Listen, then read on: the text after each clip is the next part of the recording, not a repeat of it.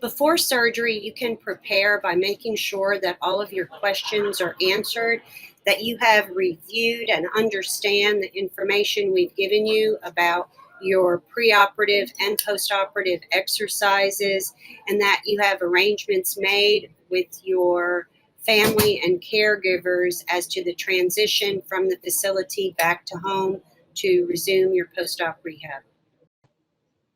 It's important to stop smoking and discontinue the use of all nicotine products before surgery, since nicotine is known to adversely affect healing and circulation, meaning that it decreases your chances of the best healing possible. So please consider discontinuing all tobacco before surgery. You need to stop all medications that can thin your blood or increase your chances of bleeding or clotting.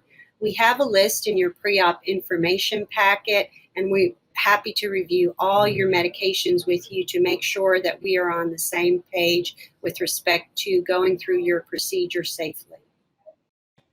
You will need to see your primary care doctor before surgery because the anesthesia we give you can affect your other body systems. So we like to make sure that you are in the best shape possible with respect to your heart and lung function, for example, and that we keep your primary care doctor involved in order to get the best health outcome.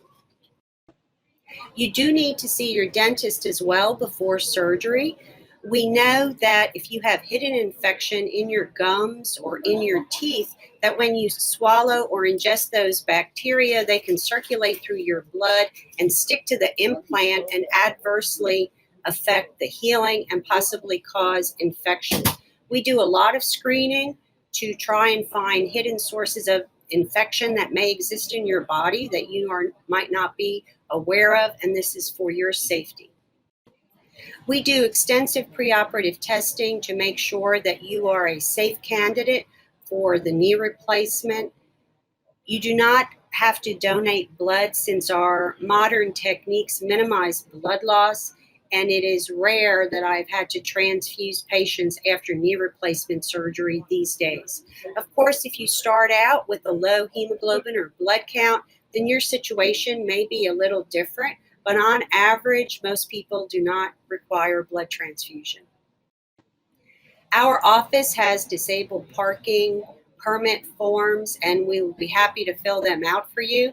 However, remember, you are going through this procedure in order to maintain your mobility, and we want you to be able to function at your highest level. But obviously, we will do what we can to make sure that that transition is easier for you.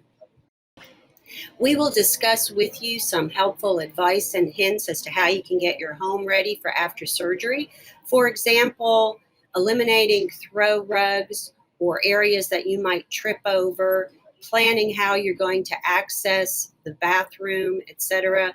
We also arrange for home health physical therapy to get you a walker and possibly a bedside commode and the assist devices that you would need to make the transition safely.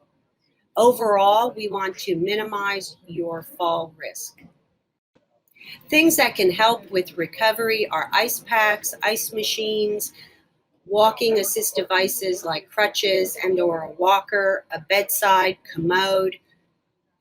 The home health physical therapists and home health companies can assist in looking at your individual situation to make sure that you have a safe transition.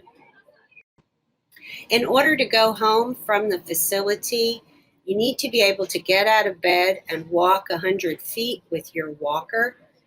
We do ask that you have someone be with you at home 24/7 for at least the first week after surgery to assist you with things like bathing, etc.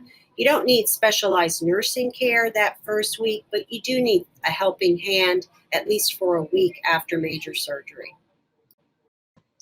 Most people recover best at home, but if you cannot meet the goal of getting out of bed and walking 100 feet on your own, then we do have plans in place to screen you for inpatient rehabilitation, though the majority of patients do not choose that option these days because they're up and moving around faster, especially with the custom knee replacements.